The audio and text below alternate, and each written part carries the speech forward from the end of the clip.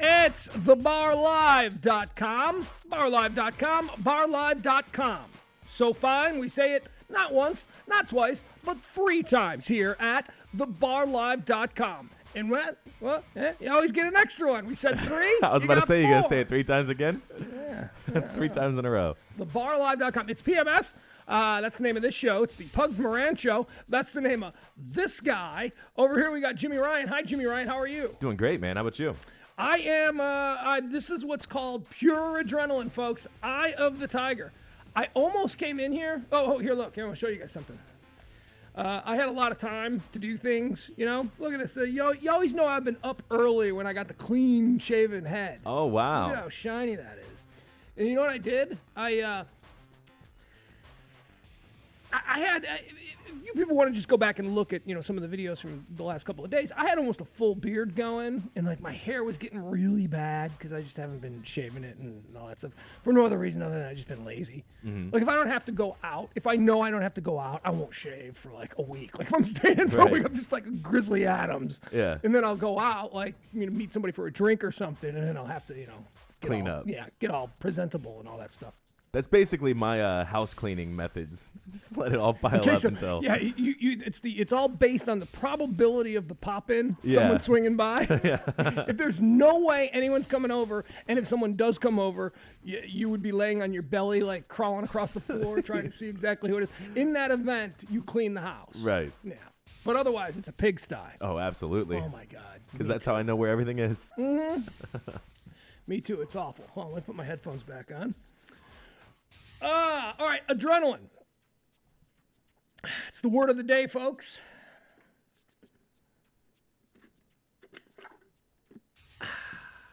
All right, here's what's going on with me. Oh, I almost came in here with just totally shaved everything, but left the big bushy mustache. Oh. Yeah, you know what? I looked like a fat Irish G. Gordon Liddy, so I decided that wasn't a look for me. Yeah, I can actually see that now. You know who G. Gordon Liddy is? Yeah, I do. Bam! All right, a reference that Jimmy Ryan actually got. Yeah, no, I did. I looked like a big, fat, Irish, ruddy-faced G. Gordon Liddy, and I was like, nah, you know what? The ironic mustache, I don't play the ironic fashion game. Mm-hmm. It's because you want to know what the problem with, what I mean by the ironic fashion game. That's like all these hipsters walking around with 1970s porn star stashes, and what's another example of the ironic fashionista? Wacky retro T-shirts that are like you see like a 26-year-old dude in a bar and he's wearing an NSYNC T-shirt. Oh, he's so ironic. See, because he doesn't really. Here's the problem with ironic fashion. Okay, it stops being ironic once you adopt that as your fashion sense. Once you are the ironic guy that you never know what's going to happen next, you are no longer being ironic. You're being deliberate. Right. It's kind of like the guy that was being ironic, and then all of a sudden everyone else started like jumping on board because they didn't catch on to it. Yeah. And now he's sitting there going, "Well, that all right." and it's not to say that you can't be deliberately ironic, right? But the irony isn't like, look at me how silly I am. This is weird because it's out of character. I'm how ironic, right? Because I would never look like this. But you look like that every day. Every day you look like something that is out of character, so it is therefore no longer out of character for you, and it is your character. Yeah, you've kind of adopted it now. In a 3 Things segment about 5 years ago, I predicted this, and I did a whole big diatribe on how we must stop. This is about 5 years ago, too. How we must stop the resurgence of the mustache. The mustache, the porn stash was coming back. Uh-huh. And I saw it with the hipsters. You know, the hipsters where and also like a dude that wears a fedora. Yeah. I'm ironic, because I wasn't born in the 40s, but look at me. I dress like I was. Irony. Yeah, those people, I can't stand them.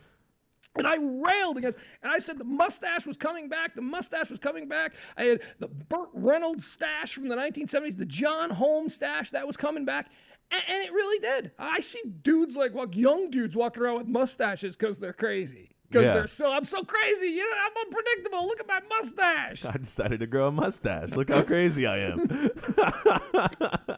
Freaking out of my mind. This is obviously not normal. So that's why the last thing to go was like the mustache. But I walked around for, I don't know, a good 4 or 5 hours this morning with just like G. Gordon Liddy looking, you know, big. And it was big and bushy too. Because when you shave everything down, You Yeah. don't recognize. I gotta say that I can give credit to my genes for one damn thing. I can grow some facial hair. I really can. I really can. I could grow a full beard at like 15. I've never tried to grow a mustache. I don't know how that would look. Yeah. Don't. I'm almost curious to see what it would look like now, though. At least you got to see what yours would look like and decided against it. Well, the fun thing about when you have the big giant mustache going, you Yeah. can then first, of course, this is how it goes. It starts out the giant handlebar thing, where it's all a handlebar into a beard. And you trim it down a little bit, and then you just have kind of a shortened Fu Manchu kind of a thing. Then you shave it down even more. I mean, here was what I did. I had the giant full 1970s G. Gordon Liddy, big lip eyebrow for a good 5 hours. And then I started doing things like I did like the not quite the Hitler, but no rounding of the mustache. So it was just like this, but like straight across. I'm like that. I'm like, now that's ironic. I can walk. And then I did, of course, you can't help it. But before you shave the whole thing, you do the Hitler stash. And you see how that looks. Like, would this work in red? Would this work in sort of an auburn sort of red color? Would I have fit in back then? Yeah. I feel sorry for that mustache, too. We're talking about the iconic Hitler stash. You can't wear that anymore because it's the Hitler stash. But for years before it was the Hitler stash, it was the Chaplin stash. And Chaplin was like crazy and wacky and silly. And then Hitler comes along and he's a monster. And it's like totally changes the vibe of the look. That is true. And it went from like one polar opposite to the other. Charlie Chaplin to Hitler. I know. Like the king of mirth and the king of killing Jews. It was too drastic a change. So that mustache will never come back. Well, it was Hitler trying to be ironic. Yeah. It was. Hitler was being ironic. Do you think Hitler called it a Chaplin stash? Yeah, it's like, oh, isn't this hilarious? He's like Charlie Chaplin. Yeah. Because it wasn't called a Hitler stash. Well, Hitler came after Chaplin. Mm-hmm. And it wasn't like, Chaplin, it's not everybody didn't have that mustache. That was still pretty rare. It was a rare way of wearing your facial hair. And it was like Chaplin's thing. And then Hitler did it. I would love if like one of the people that like were like just under Hitler said, "Oh, the Chaplin stash, it's my stash." Yeah. Yes, of course, sir. Hitler stash. Mm-hmm. All right. So I had a lot of time this morning because, and as we start three things here, I did not sleep much at all last night. Normally I'll go to sleep. My range varies. During the week lately, it's been like 10:30 at night to midnight is when I'll usually fall asleep. It's pretty normal, I think, pretty normal time. But last night, for some damn reason, I fell asleep at around 10:15, 10:30 on the couch. And typically, I will just sleep through the night. But I woke up at like midnight. And let me tell you, basically what happened with me last night was that at 10:30 p.m., I ended up taking a 90-minute nap. So when I woke up, I was screwed. I woke up at like midnight, totally refreshed, like, it's going to happen now. So you were totally rested. Totally. Typically, I would sleep all the way through the night, but for some reason, I woke up at like midnight going, okay, I'll just go back to sleep. And then I couldn't go back to sleep, and I was like, I am screwed. I just took a 90-minute nap between 10:30 at night and midnight. There is no way I'm going to fall asleep again. And then it becomes 2 in the morning, and then 2 in the morning becomes 4, and you start making those deals with yourself where, okay, if I fall asleep now, I can get 5 hours of sleep. No, Mason will wake up, because I had my kid. He'll wake up early at like 8. So if I sleep now, I can get 3 hours of sleep, and that's all I need. I only need 3 hours. And then that becomes 6 a.m. And then at 6 a.m., these wicked cool storms rolled through. So I was out watching the news. Wow. There is no odder time either when you're still awake at 6 o'clock and you're like, okay, I'm definitely not going to be able to get any more sleep now. I'm going in for the day. You're right. It is an odd time. It is an odd time in those circumstances when you are still awake at 6. But when you wake up at 6 and you're starting your day, it seems fairly normal. Normal, yeah. Yeah, it seems early morning, but it seems normal. But you're right. It's like if you're still up, it's bizarre. Yeah. You know what it's like? You know what else is a bizarre time of the day? And this phenomenon doesn't occur for us anymore, but that phenomenon of being home from school on a Wednesday afternoon at like 11:45 in the morning, and you're outside, and you're supposed to be in school, Yeah. and you're just kind of seeing the world. It's a little different. It is especially weird, like when you're in school, because your entire life is currently gone. Like all of them are off doing things. Like they're at school. Yeah. And you're in like it's almost like you're the lone survivor in your neighborhood. And like Yeah, you it's do quiet. Yeah. It's real quiet. So this is what goes on when we're in there, Yeah. huh? No school buses, because right around 3:30 when the school buses start dropping kids off, kids will be shooting hoops, riding bikes, whatever. The neighborhood will be a little bit more alive. Parents will be coming home from work and all that stuff. But at 11:45 on a school day, when you're 13 years old and you're just like standing in the middle of your cul-de-sac, it's like weird. Yeah. It's really weird. That doesn't happen anymore. I kind of miss that phenomenon. Yeah. I used to get it a little bit when I had like a normal like full day job and I would be skipping work because I would do that quite Oh, you'd still have frequently. that? Like Yeah. you're skipping school or something? Yeah, a little bit. It wasn't quite as exciting because like I understood that like many people didn't even have these jobs. Yeah. So like, they're still about, but like when you were in school, basically everyone you knew was gone and you were the only one out. So Yeah. it was a little bit different. It's cool. It's like Yeah. the world was just a little bit quieter, a Mhm. little bit more mysterious for your 13-year-old mind. You also had to dodge the neighbors because they'd always tell on you for skipping school. Oh, yeah. But I'm not talking about skipping school. I'm talking about being legitimately home for Oh. some reason. Oh, or okay. another. Yeah. Like, I don't know. All right, here's one. Your aunt died, and you had to go to the funeral at like 9 a.m., and your mom decided to just let you have the day off. Uh-huh. Now you're just riding your bike Yeah. in front of your house. It's 11:45. Yeah. You're seeing weird stuff. Seeing the mailman. Start building conspiracies on things that go on during the day that you don't know about. Yeah. Yeah. Man. Anyway, all right. So so I was up all night last night, and part of the reason that I couldn't go to sleep was because you yesterday sent me a link to a whole bunch of documentaries. After I had said that I like watching documentaries. Yeah. Oh my God! One documentary after another I watched Oh, last wow. night. Yeah. If you don't know what it is, it's a subreddit on reddit.com, and it just basically people submit different documentaries that they're into recently. Usually it has to do with like either being new documentaries or things that have to do with current events, things like that. So people upvote it, and then if it's upvoted enough, it goes to the front page. So you get like the best of the best. Well, man, it was cool. There was just hundreds and hundreds of documentaries to choose from, stuff I'd never heard of on topics that I'm interested in. So I just watched one thing after another. But, at first glance, I'm going down a list of things, and I'm looking at all these topics on the documentaries, and I'm like, oh, that's interesting. Oh, okay, that's interesting. That sounds good. Oh, okay, the Greek economy and what's actually going on there. Okay, a little dry, but that's kind of interesting. What's it? Huh? People who have sex with donkeys in Colombia? What? I gotta watch this.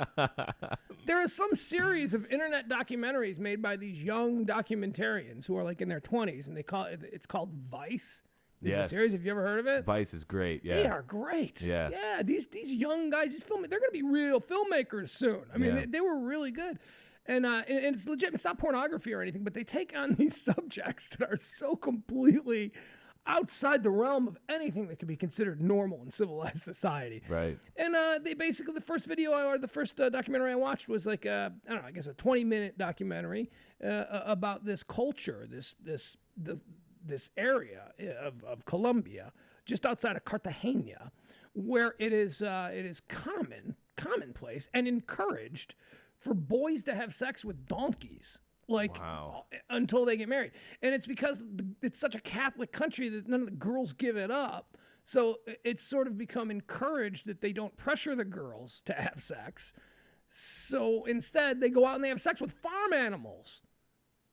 That's insane. It was disgusting. I mean, they didn't show it, but they showed enough, like with camera angles and stuff, to just go, holy cow, Jimmy Ryan, there is no way that we can be sharing oxygen with these people. I mean, this is like an alien culture. It's so far outside the realm of anything that would be considered acceptable in what I view as society. I didn't know what I was looking at. There's no helping these people. No. There's nothing you can do to a culture of people that believe that it's perfectly natural for 14, 15, 16, 17, 18, 19-year-old guys to be having sex with donkeys. So you're saying that we shouldn't bring them back into society and just see how it works out? No, yeah, I'm saying, you know what? I've said this for years about Africa. Yeah, forget about this wall between. We need to wall up Africa. We need to just put a giant, like 100-foot stone wall with like netting and barbed wire around the top of it, around the entire continent of Africa. And this is not like some bigoted thing I'm saying. I'm just saying every bad thing that has happened in the world in the last, 50 years seems to have come out of Africa. Whether it's Ebola or AIDS or malaria or, any of these things, crazy warlords slaughtering kids, just insanity. And now they got like a big Muslim contingent there that are Al-Qaeda is really crazy, strong. yeah. Africa is just beyond repair. You can't fix stupid, and you can't fix Africa. We just go over there and just start building a wall, and they're like, "Hey, what are you up to?" "Oh, China loves these things. Don't worry about it. We're just gonna build these things." And you know why Africa will never be civilized? Like here in America, we were a wild and untamed country for a very long time. But eventually the population centers began to grow and grow and grow, and it became less and less dangerous. The pioneers had to put up with a whole lot of stuff. They put up with grizzly bears and packs of wolves, not to mention Indians and all that stuff. Well, it's 2012, and in Africa, you can still get eaten by a lion. That's the problem. There should be nowhere in the civilized world where you could be eaten by a lion, yet there are. And it's Africa, and it's that kind of acceptance of that reality that explains why Africa can never be fixed. Round them all up. Round all the lines up. Put them in a giant pen. It's also like one of the only places left in the world where there's still a land grab going on. Like where you can Is there? Well, you can basically just, if you have the right small military, you can take over certain pieces of land. Oh yeah, it's true. And it doesn't even make the news. Like that's just what's going on in Africa. So, it's a little bit different. And then, we're talking about the Colombians. It's the same exact thing. I mean, it's just Africa 2.0 down there in South America. Those people are crazy too. Yeah. There's no explaining it. Something about it. Just that little area of the hemisphere. I don't know what it is. Okay, so then after that, I watched a number of BBC documentaries by Louis Theroux, who is a BBC documentarian who I really like. Yeah. He did a documentary about 15 years ago about the adult film industry that was really interesting and really good. It was a BBC investigation kind of a thing. And he did a new one that he just put out in the last couple of days, which is called The Twilight of the Porn Industry, A Return to the Valley. He went back 15 years later and talked to some of the performers, and he talked to some of the new performers. And the topic is basically how badly the adult film industry has been affected in the last couple of years by the tubes, the .com tubes where you get all of these free adult film stuff. And it's really bad. I mean, the porn industry's in a lot of trouble. And that was basically what the documentary was about. And it was fascinating. And I got to tell you, I'm going to play some audio. I'm going to play some audio a little bit later.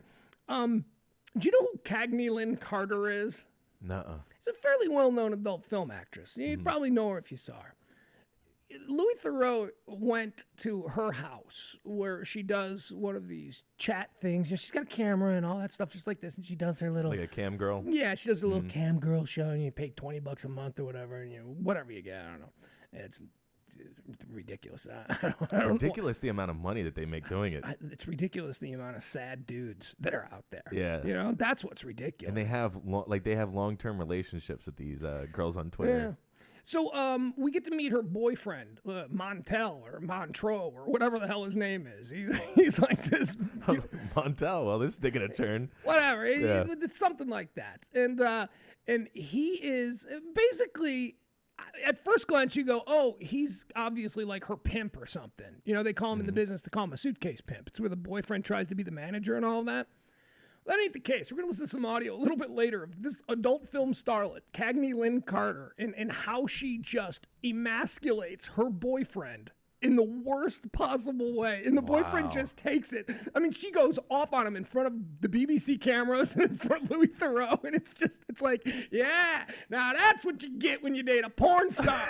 That's the attitude you get. Oh, man. So that'll be fun. We'll listen to that. And then I watched an old documentary from the 90s about NAFTA that was interesting to see how that was being presented back then and how it's doing now. It was really great. And I also watched an amazing documentary that I had not seen before on Bill Hicks that was narrated by Janine Garofalo. That was just amazing. Oh, it's just so great. I don't even know how to tell people to go there if they like documentaries, but you probably do. Yeah, really the easiest way to look it up is just put into Google Reddit documentaries, and it'll bring you right to it. That'll be the first link. And every single day it just gets updated, with upvotes from people that enjoy the documentaries as they watch them. And it keeps kind of quality control, so you kind of see the good stuff. So yeah, it's really good. Yeah. All right, so that's thing one, what I've been doing for the last 24 hours. I did actually get some sleep. I think I fell asleep between 7 and like 8:20. Wow. 8:20 was when Mason woke up about 8, and he messed around. He tried to wake me up, and it took him about 20 minutes, like, finally, to make me get him his, morning breakfast and all that stuff. But then I went in his room with him, and I laid down in his bed, and he just watched TV. And I tried to sleep in his bed for another hour or so, but that didn't work. Dude wanted watermelon. You know what it's like trying to cut a brand new watermelon when you haven't had any sleep and you just want to go back to bed and the kids go, but I want watermelon. I got this giant knife and I'm like, I'm going to the emergency room. I'm going to cut a tip of my finger off trying to slice this damn thing up for this kid. Damn. Yeah, well, All right. So thing two. Another reason that may account for me staying up so late. I got a lot on my mind, Jimmy Ryan. A lot on my mind. If you've been listening to the show the last couple of days, then you are aware that regardless of how difficult life can be for you, you've got to find your encouragements anywhere you want. You got to find a reason to go on. And you've heard me tell the tale of my little squirrel friend the last couple of days while walking the dog. I have been. You can come on in. He can come on if he wants. I think his grandma might be watching, so he can sit here. My son's gonna come and co-host with me for a little bit. Here, buddy. Let me give you some headphones. No. You don't want headphones? There you go. Hold on. I'll get back to the story. All right. There you go. So I've been telling the story about the squirrel that I see every morning at like 7:45, and the reason the squirrel stands out to me is because it had half a tail. And I was thinking, this squirrel lost his tail in some brutal fight to the death. Right. And somehow, this squirrel is still walking around. And I was struck by the idea that squirrels don't have pain medication. Squirrels don't have an emergency room. Squirrel gets an arm ripped off. It either dies or it just deals with it. Yeah. And this particular squirrel, he was resilient. And I kind of thought, that's a cool squirrel.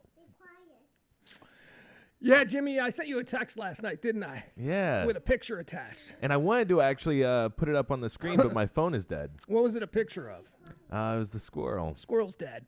Yeah. The squirrel with half a tail is dead.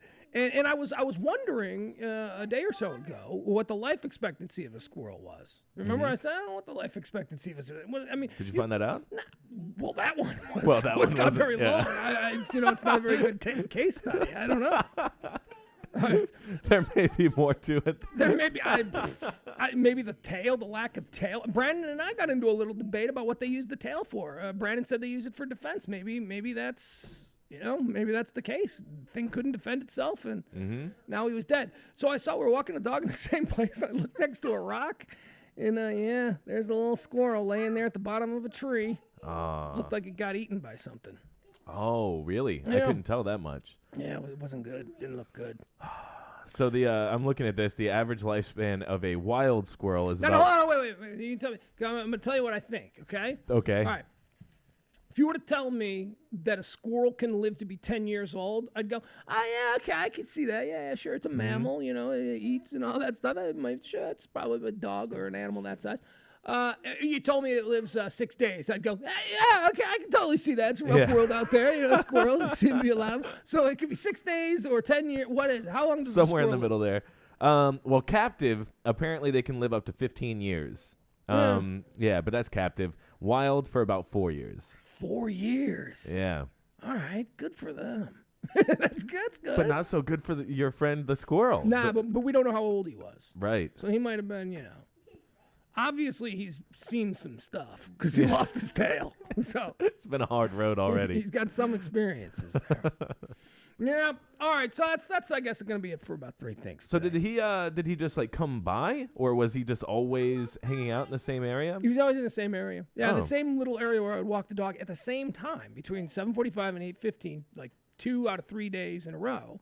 I saw the squirrel. That And may I have been was, where he went wrong. Staying in the same area, too easy to scope out. Maybe. Well, maybe he felt comfortable there because he didn't have a tail. He was a squirrel with only half a tail. And he was So- getting such like this sympathy from the human population around there. I don't know if it was sympathy, but I think, you get, first of all, squirrels, they don't trust anybody. Squirrels are some of them. Did you ever see a squirrel with a nut? It's like, Yeah. they're like constantly all right. Imagine a squirrel that knows it's already really nervous because it's a squirrel, but then it also knows that it's got an extra reason to be nervous because it doesn't have a tail to defend itself. So that guy was probably just so neurotic. Right. And it finally caught up with him. Wow. It Poor was sad. guy. Yeah, I saw him. He was just laying there. At first, I thought it was just a normal squirrel. And then I saw him. Oh, yeah, that squirrel didn't have a tail. I go, that's my little buddy, I think. Damn. Yeah, well, you know what? Hey, that's the circle of life. All Hakuna good things come Matata. to an end. Or whatever that is, yeah. I was really looking forward to more updates. Me you too. know, Me daily updates. I thought it was going to be cool that if I could possibly see him over the course of a period of time. I was like, it's quite, maybe have like look, I'm not going to have a relationship with it. It's a squirrel, but some kind of psychic, cosmic connection to this little guy. I thought maybe there was something there. He might represent something greater in my life that I just don't really connect with yet. But who knows? I was envisioning weeks from now, you guys just having breakfast together. He just comes up, have some nuts. Right? Yeah. Right? Like maybe a couple of weeks down the line, he's eating out of my hand. Yeah. Right? And then he's in my house. Yeah. And then my dog kills him. Because, my dog would kill that squirrel like that. Yeah. All right, we're going to take a quick break here. We'll come back. I have a bunch of things I want to get into today. I got some audio I want to play, some fun stuff. I received some blowback the other day from my Josh Hamilton rant. Oh, really?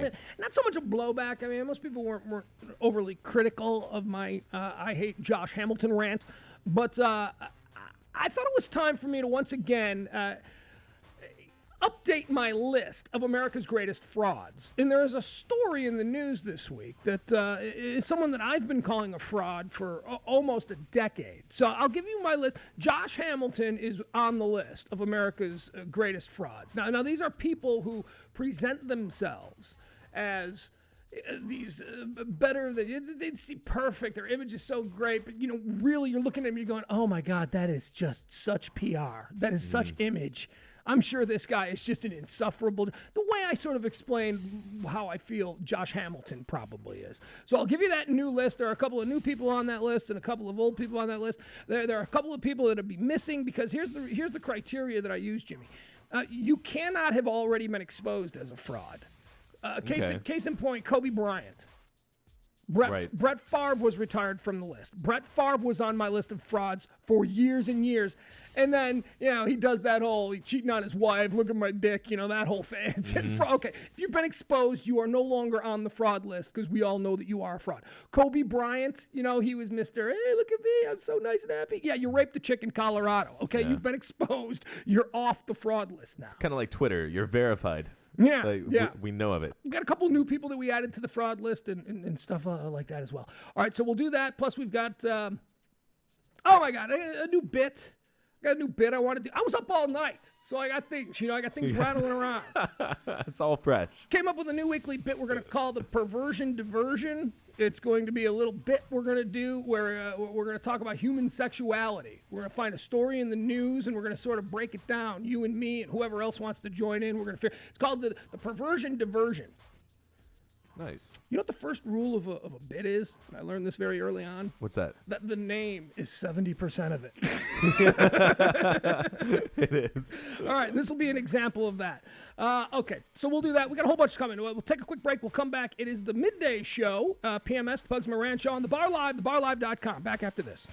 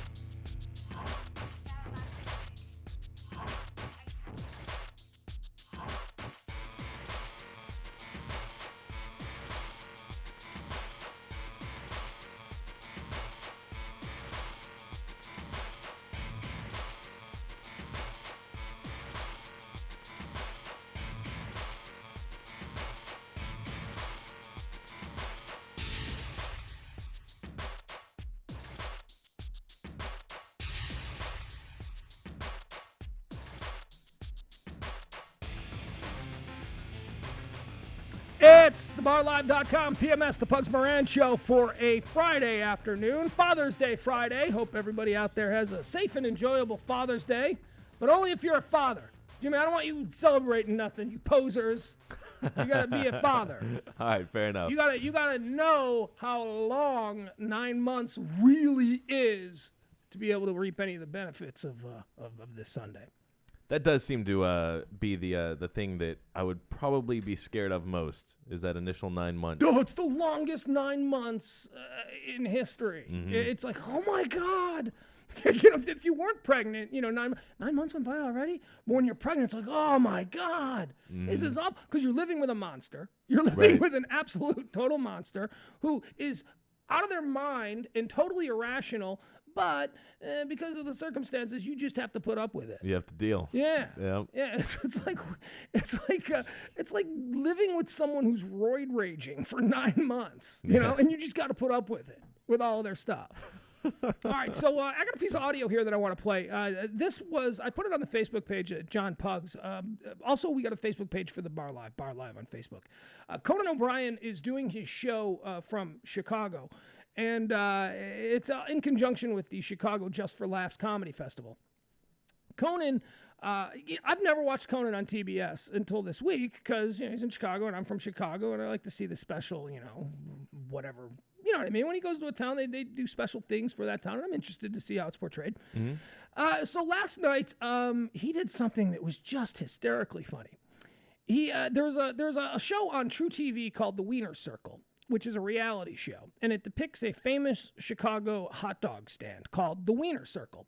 And The Wiener Circle is where everyone goes when they're drunk after the bar's closed. And The Wiener Circle is run by a team of 10 overweight, very angry and very loud black women. And when you come into the Wiener Circle, they berate you. Now, there are a lot of restaurants that do this gimmick, and it's been around a long time. But the thing that Dick's, Last Resort, those types of places. Yeah, where the saucy waitress is a little salty with you and they catch you off guard. Well, the difference between that and the Wiener Circle is that at the Wiener Circle, you as the customer, as the consumer, you are encouraged to just get as down and dirty with them as you want. You're allowed to fire back. You're allowed. That's pretty crazy, because I would assume that you would get somebody who falls into this situation, doesn't know what's going on, and then it escalates. It's been doing this for about 25 years now. Wow. And when I was in my early 20s and running around Chicago and going to the bars and all that stuff, this place was already well established. So we always knew that there was never, ever going to be a problem there. No fight was going to break out because people went there knowing what was going to happen. Mm-hmm. But I wonder if in the early days, if there were problems. And how did this actually start? Because I understand it started organically. It didn't start like, all right, ladies, here's what you're going to do. You're going to start yelling. I mean, it started organically. They really were bitches. And it just turned into sort of their gimmick. So they were the hot dog equivalent of the soup Nazi. Yes, exactly. And if you've seen the show on True TV, it's insane. It is insane the way they, and at the end of the day, you put up with it because it's really good food. It's really good hot dogs. Yeah. And you're drunk and they're cheap. Hot dogs are so cheap. You get a really kick-ass one for $2. Oh, and it's, that's the perfect drunk food. Everybody in there is drunk. Everybody's swaying back and forth, and it's all people in their 20s, college kids and stuff. You watch the reality show. I can't take more than 15 minutes of it, but for anyone who's not used to the concept, you might enjoy the show. So Conan O'Brien started talking about the Wiener Circle, and what he did was he decided that he wanted to see how the nicest person in the world would be treated at the Wiener Circle. So he looked around and he figured that, the nicest person that I know, this is Conan O'Brien, the nicest person that I know is Jack McBrayer from 30 Rock. He plays the role of Kenny. Kenny, the page, the 30 Rock NBC page, who is just so bright-eyed and bushy-tailed and loves the Lord and is from Stone Mountain, Georgia, and, just a real honest-to-God, good salt of the earth, sweetie, a really nice, sweet guy. We all know who Jack McBrayer is. So I want to play this for you. This was, like I said, this was the funniest thing that I've seen on TV in a very long time. It is Jack McBrayer, who later in the bit that we'll listen to is joined by Triumph the Insult comic, Triumph the dog, the insult comic dog, Robert Smigel's creation, which still to this day, Triumph the Insult comic dog kills me. Mm-hmm. It just kills me. He's so mean, and he gets away with it because he's a puppet. The things he says, It'll never get old. Yeah, so it never will. Let's give this a listen, and I'll stop it from time to time to comment to explain what's going on. But here it is. This is Jack McBrayer, Kenny, the NBC page from 30 Rock, going to the Wiener Circle, and it's all a part of Conan's experiment. Well, let's let Conan explain it. Oh, hold on, what's going on here? Oh, yeah, plug it in there. People go there for the Chicago hot dogs and also for the extremely hostile staff. See, they put down the customers who in turn yell back at them. It's a tradition. It's fun, it's intense, it's very, very vulgar, all right? We thought as an experiment, we would send to the Wiener Circle the nicest, most polite person we know, Jack McBrayer of 30 Rock. Look at that face, such a nice guy.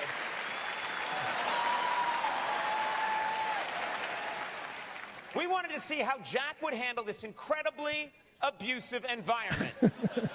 Here now Jimmy is Clover, his you might want to report. watch this. What the hell you want to eat? Get in line, let's go, man.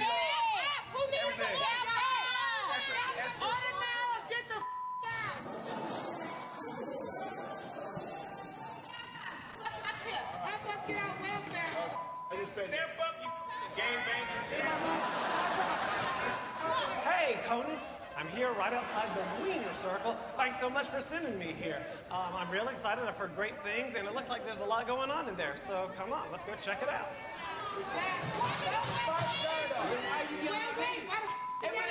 It's not even done. Why are you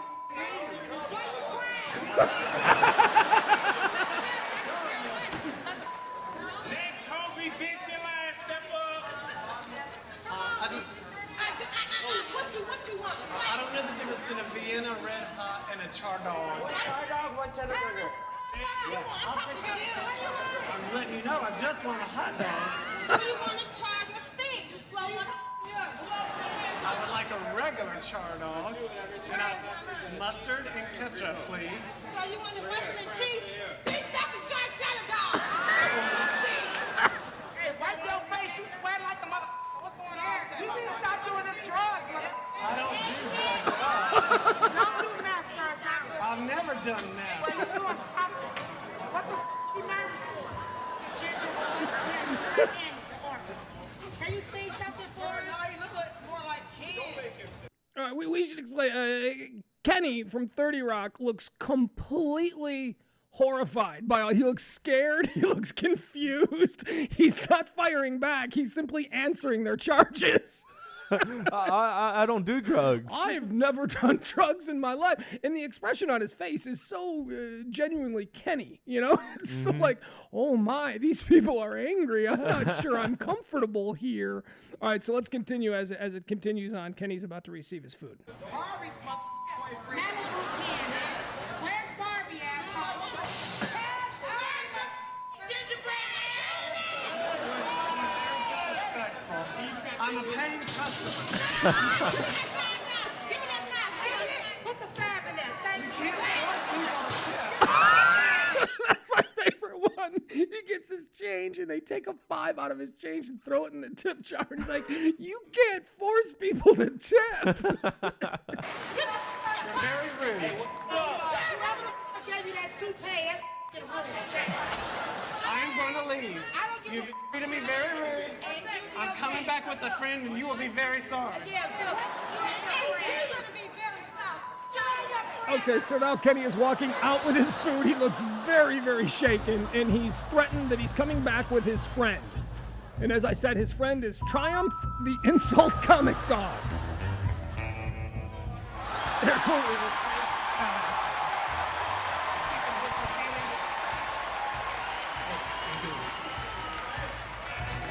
Next bitch ain't got you a raggedy ass dog be like, Who's calling who a bitch? Oh, yeah, skanky smurf. She has blue hair. You listen to me, Queen Laquifa. Listen to you in your mouth. Do you kiss your pimp with that mouth? You know what they say? Are you in his dog? What's wrong with that? What's wrong with that? That's perfectly natural where he comes from. Why are you so mean to this kid? His sisters used to tease him mercilessly, especially during sex. That's not true. Don't be ashamed. Hey, Tell your honor, put some in for you know why you guys work for tips? Because no one will stick the whole thing in. Oh, yeah. Oh, no, you didn't go to high school. Oh, no, you didn't. Wash your ass today. She just smacked him. She smacked the puppet. Oh, yeah. Oh, no, you didn't. Yeah. Your mama's and your daddy's and your sister's and your uncle's mouth. All right. What is going on right now where they are just endlessly screaming at each other occurs. It's called a rumble. It's where somebody will get the rumble going and they will just start screaming at each other, and the first one to back down is the loser. So this is an example of a Wiener Circle rumble. That's right. I said it, and you know I'm gonna stick my head in the marble sofa where the faces fall off and the Jew says, you ain't all that. That's when you gonna take me out to the ball game. Buy me some peanuts and Cracker Jack. I don't even care if I ever come back. Joseph and the amazing Technicolor Dream Coat, fried green tomatoes, Stephen A. Smith, Sisterhood of the Traveling Pants. That's right, America Ferrara, 800-588-2300, Empire Baby.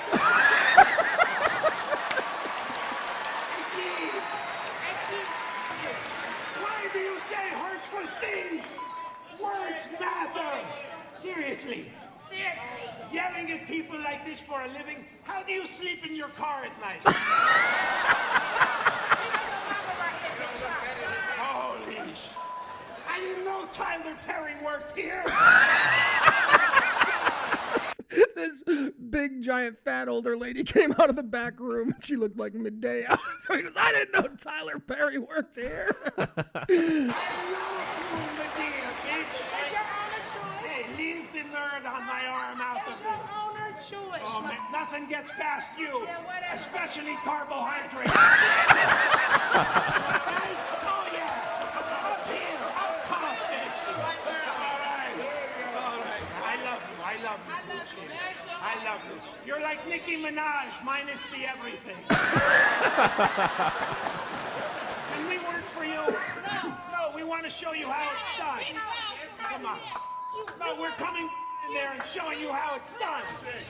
Okay, so now Triumph is behind the counter serving people hot dogs, and this is how Triumph serves people hot dogs at the Wiener Circle. You want a char dog? How about a shut the up with cheese? Right? Walk away. Walk away, asshole. He didn't give him his food.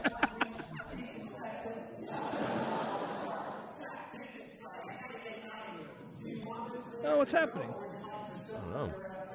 Oh, something's wrong with the sound here for a second. Oh, here we go.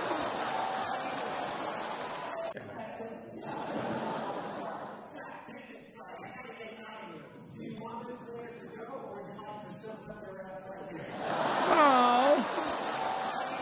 All right. Well, the sound is screwed up, but it was Kenny's big line. He handed somebody a hot dog and he goes, do you want this here or do you want to shove it up your ass somewhere else?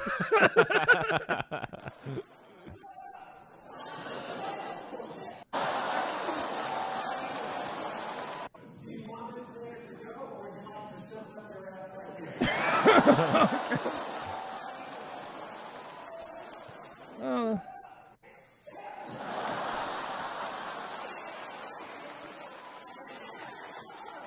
What the hell's going on with the sound?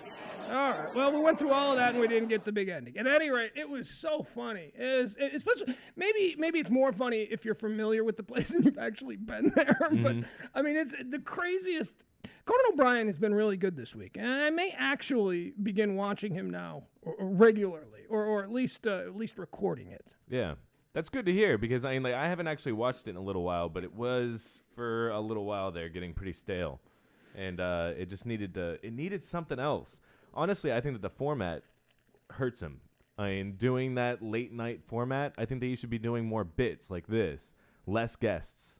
You know? Well, he does have less guests. This is the thing that struck me because, as I said, I didn't watch it. He's only had 2 guests a night. Yeah. And he's been doing, like, he'll open the show with a bit of a monologue, and then he'll do a stunt or something on the stage. Then they'll go to the first commercial break. Then they'll come back, and they'll do a pre-recorded thing. And then they'll have one guest, and it's been big guests all week. Like last night it was Adam Sandler. And Adam Sandler does the final 20 minutes of the show, or the 20 of the final 30 minutes of the show. And then they have a musical guest the last 10. It was like the first half hour was nothing but pre-produced and, like, sketches and stuff. Good. It seems like he's doing a little bit more of that then. I think that he should almost get it to where you got one guest, and, like, he appears in one of the bits early on, and then there's an interview, and then there's a musical guest, and done. Yeah. Because Conan just does better when he's improvising, and he's able to do things that are fun. There were way too many times early on in TBS when he would be midway through an interview with, of course, I don't know who the hell they are, but I was pretty sure that most people don't know who they are. And he was just having to get through this stale conversation with them. It's like, why are you wasting this time? Yeah. Like, so why not just get into what you do best? The bits, things that are funny. I think it's been really funny. I think it's been good this week, but again, I don't really have anything to compare it to because I haven't been watching it on TBS. I like Andy Richter. He's very funny. Love him, yeah. I don't. The band seems to be new. It's no longer the Max Weinberg 7. Right. It's now somebody. Cable band. Jimmy Vivino and the Basic Cable Band, I think is what it's called. Yeah, I don't know who that guy is. I know Springsteen's touring, so Max, he's Springsteen's drummer. Yeah. More so than he is Conan's drummer. So he went there. Understandable. Right. Yeah, well, that was it. That was really great. It was really funny last night. And again, we got some more audio too that I'll play a little bit later. Not from that, but we'll be debuting the new bit, the perversion diversion of the week, where we'll be tackling it's it's really a scientific, a clinical examination of relationships and that sort of thing. Okay. Yeah, so we'll get into that as well. Yeah. And it will focus on porn star Cagney Lynn Carter completely destroing her boyfriend okay. in front of BBC cameras. Nice. And the question, I guess, that I have for you, and we'll do that. We'll take a break here. Not right now, but in the next few minutes. And we'll play that for you, and we'll let you hear it. Here is something, though, that I wanted to mention. We're not going to have time for a douche tournament today. I think the douche tournament is just going to be my frauds list. So I did want to mention this guy because we're here. It's Father's Day weekend. And this was a really nice story about a father that's out there that is, well, actually, I don't know if it's a good story. You tell me. This comes out of Memphis, okay? Mm-hmm. I'm just going to give you the headline because you know what? We don't really need to know anything more than the headline, okay? Wrap your mind around this Father's Day weekend. Memphis man owes child support to 15 women and has 20-plus kids by them. Wow. 20-plus kids. 15 women. Yeah. What is going on here? Some people just don't really seem to care. Like, they just go around doing this. I know.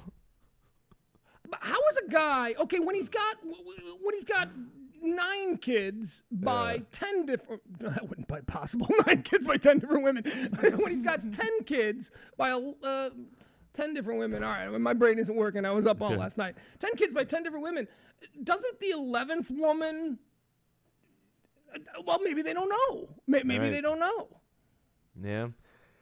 Or they just get exponentially dumber as he continues to reproduce. Like, the last one just must have been, like, 2 sheets to the wind the entire time. So what do you think of a guy like this? First of all, full disclosure, I have a real problem with the way custody and child support laws are written in this country. I've had to confront it head on. They're archaic. They were drawn up and designed in the 1950s when divorce and custody first became an issue that was becoming more and more common. You know, divorce wasn't always common in this country. So these sort of laws were all drawn up in the early days of when divorce was starting to emerge as a major, part of our culture. And that was in the 1950s. And in the 1950s, women didn't work. Women stayed home. Men were supposed to be the sole provider. So all of these laws are based on a faulty premise that the men are the only ones who earn an income. So I've got a problem. I've got a problem with these laws. Me and Alec Baldwin. Alec Baldwin is like a huge advocate for the reform of these laws, and he's actually written a book about it and all of that stuff. It's a fascinating read. I wish I knew what it was called, but I think it's the only book Alec Baldwin ever wrote. So if you want to find it and learn about this issue, he's a really smart man, especially on this issue. He's educated himself, and it's a really interesting sort of a piece on what is going on. I mean, men are essentially, in the eyes of the law, legally nothing in the child's life except someone that is supposed to write checks. And this is not me bitching about a personal situation. I mean, I happen to be lucky that I have a great relationship with my ex. And not having that issue, and, well, we do. I mean, I'm behind on child support, but I try to help out in other ways and try to be available. And I'm certainly not one of these guys who isn't paying any child support whatsoever and then, seeing the kid once a year. You know, I mean, I see my kid all the time. I mean, I'm absolutely in his life, full on. I mean, but in our arrangement is fine. It's fair and all that. So I don't want anyone to think that here's Pugs just channeling his own anger. No, but the laws themselves, the way they're written, are really unfair to men. And so here, let me give you a little bit of this story. Memphis. Where is Memphis? Tennessee. Mm-hmm. You ever been to Memphis? I have not. That's not one of the places that I wanted to stop by. It's awful.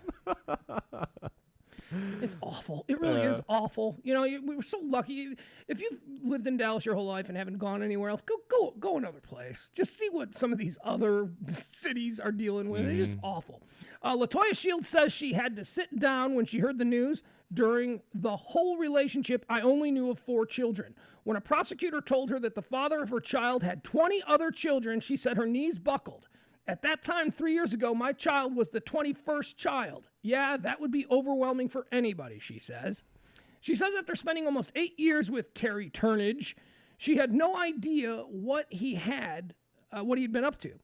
Tunage had filed a petition to lower his child support payments for 15 different women. Tunage never showed up for the hearing.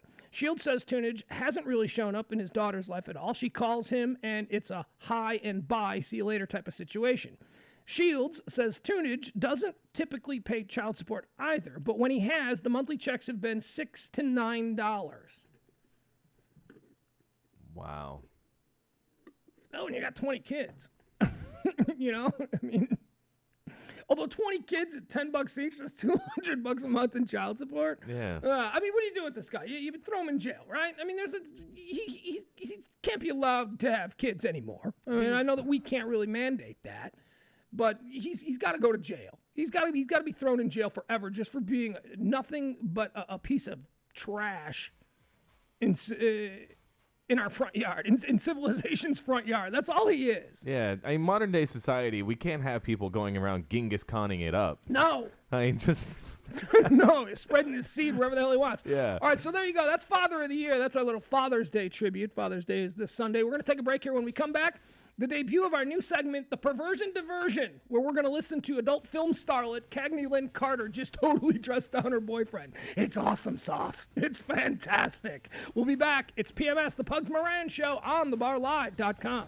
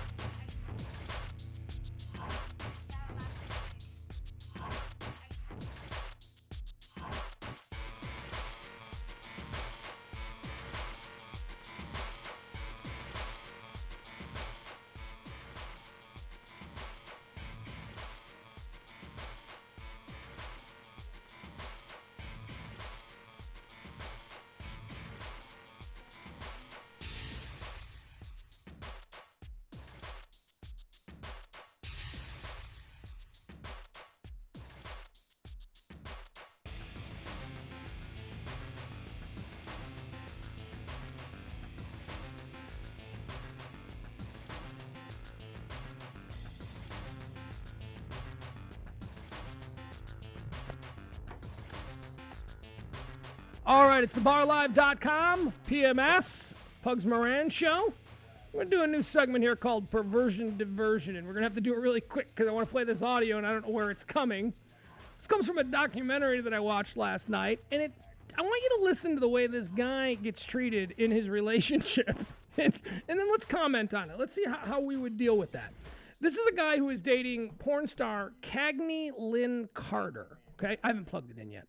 This is a guy who's dating porn star Cagney Lynn Carter, and he is essentially a kept man. This is Louis Theroux, a BBC correspondent, talking to the boyfriend of this porn star about the business, and then all right, let's just listen. Okay. I mean, I'm always gonna have my opinion, so. He doesn't like that she does Especially if your gangbangs. agent says that he doesn't think that you should do it. You saying that I couldn't do it cuts me out of $2,000, and No, I that didn't cuts us say- out of money, so that we can go on vacation and we can do nice things for ourselves. I never so did that say- I can buy you the I- clothes that you put on your back, Monte. I never did say that you couldn't do it. Cagney, you would maybe want to respect his feelings, though, if he was upset by something that you chose to do. Are you upset, really? Like you're upset now? I didn't say that I was upset. He didn't. No, I no. never did say that. I mean, of See, course I that's want to the respect thing. his feelings, That's- but sometimes he doesn't know what's best for me, and I know what's best for us because I've been running this train for a long time now. So Monte sometimes doesn't understand that the reason why I do certain scenes is not because I'm just a big whore and I want No, to get I fucking know. That's- 5 loads on my that's face. It's crazy. because I know that that's going to be the type of scene that might possibly win me an award.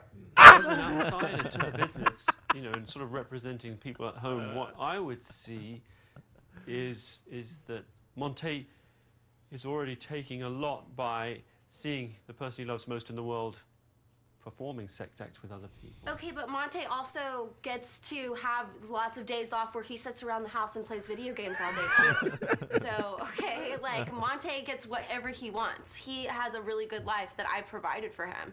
So, Monte has it easy. Hi, everyone. All right, well, there you go. That was, I'm sorry, I wanted to be able to present it better, but it just started playing on its own, and there was no way for me to pause it or to cue it up perfectly. I think that was a pretty good representation, though. My favorite line, and somehow, Jimmy, if we can get you to isolate it, because there's got to be some, it's gonna be one of my favorite drops of all time, where she says, "It's not because I'm some big whore who just wants 5 guys to drop loads on my face.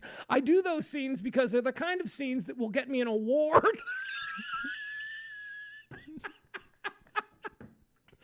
You know what, though? I guess the Nobel Prize is out of the question for her, so she's got to get awards for getting 5 guys dropping loads on her face. It's a crazy She's conversation. So mean to him. She's so mean. And he's all right. I'm going to describe him to you. He's a tall, athletic-looking black gentleman, probably in his early 20s. He's wearing the hooded sweatshirt and he's got the baseball cap cocked sideways. And as she describes, he sits around all day playing video games, wearing clothes that she provides him. Yeah. So the next time he's got a problem with her doing a scene where 5 guys are dropping loads on her face, he ought to think about the nice vacations that she takes him on. Yeah, this is what he signed up for. Yeah, I know. This is what you knew what you were getting into. I've been in relationships like this where I knew that this was the next step, and I got off the train. Oh, really? Like multiple times, yeah. You have dated multiple almost porn stars? And porn, yeah. Really? Yeah, and I just got off the train because this is the lifestyle. This is you get to sit around, you get to do nothing, but you have to, be very happy about them when they get home. You can't be in love with them, right? How can you be in love with somebody that's been defiled by 5 strangers? Okay, you're definitely not going to have that be the biggest part of your life now with this girl, because that's not something that only you and her share. So it definitely has to be something else that's enticing about the relationship. Yeah. All right, so I want to know more. What do you mean you almost or you did date a couple of porn stars? We don't have to give any names or anything like that. But how do you find yourself in a situation like that? When you first start dating them, obviously they're not in the industry. What are they, strippers? Well, one time, actually very recently, I'm talking to one right now.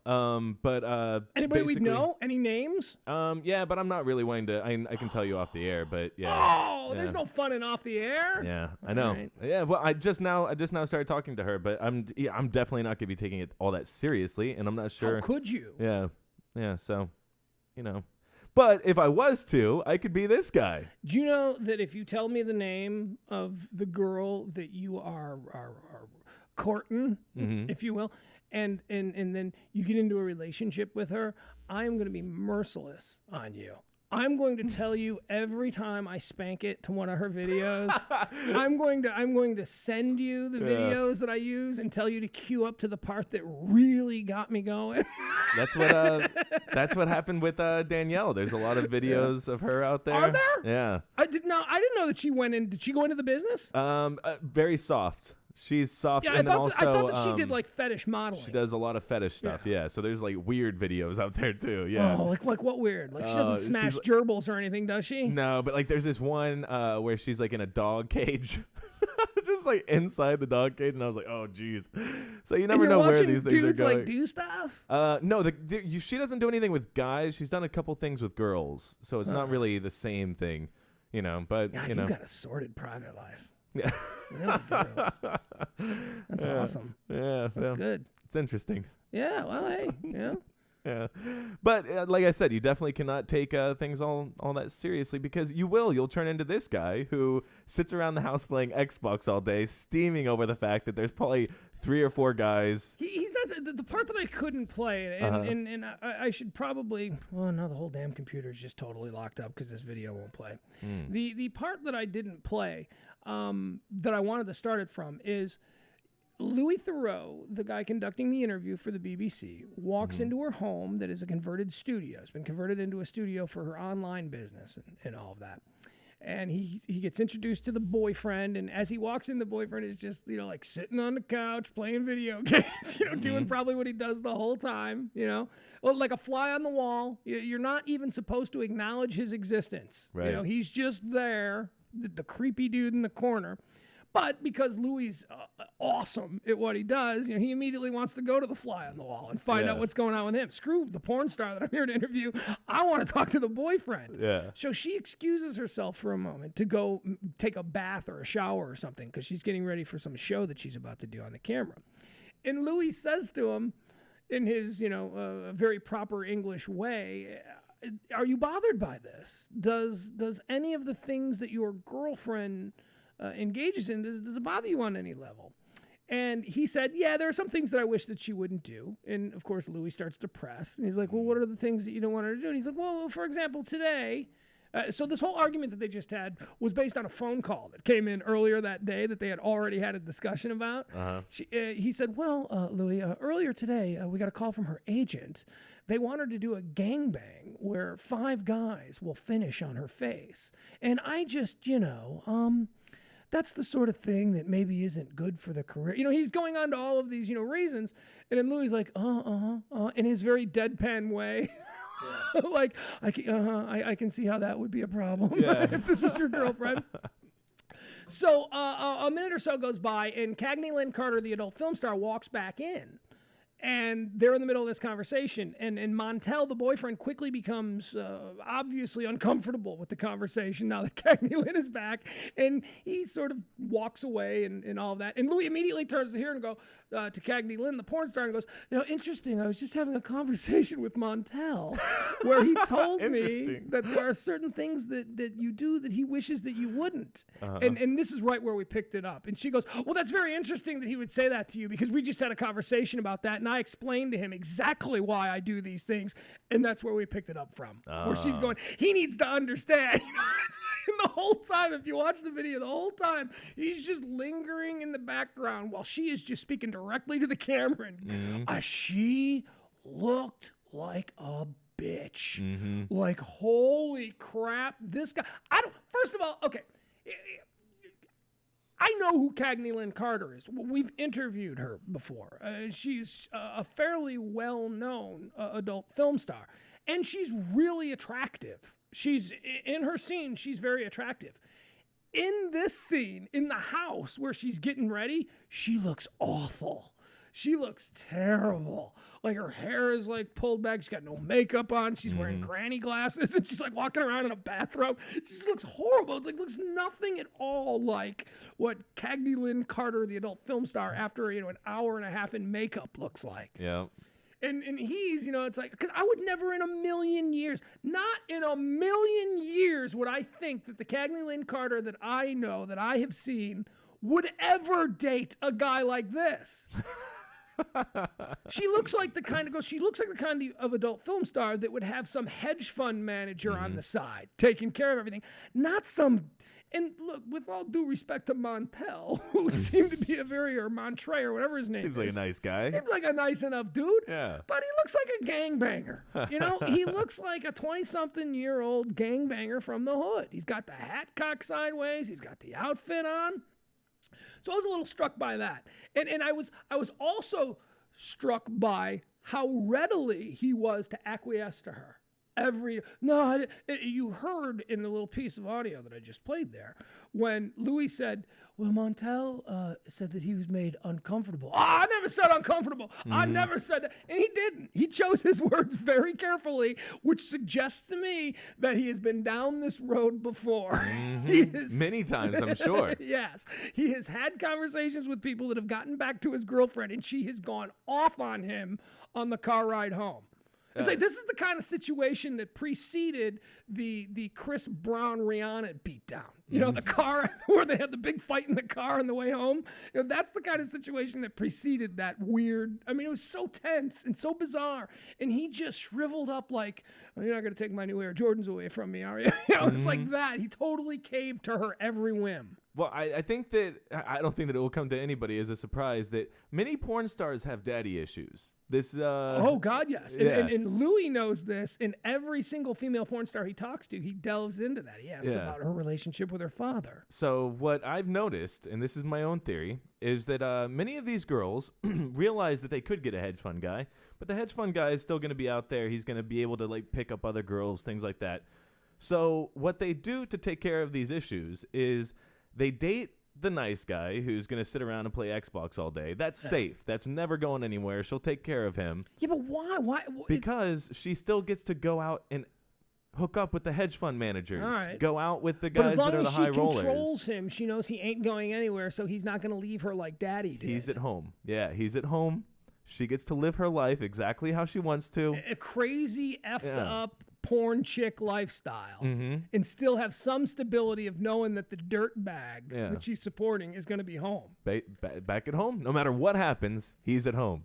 I think that's the way it works. That's interesting, Dr. Jimmy. All right, pull this up a little bit because I've got it queued up now to a little bit earlier where Montre or whatever the hell his name is talking. So maybe we can listen to this again. All right, again, this is adult film star.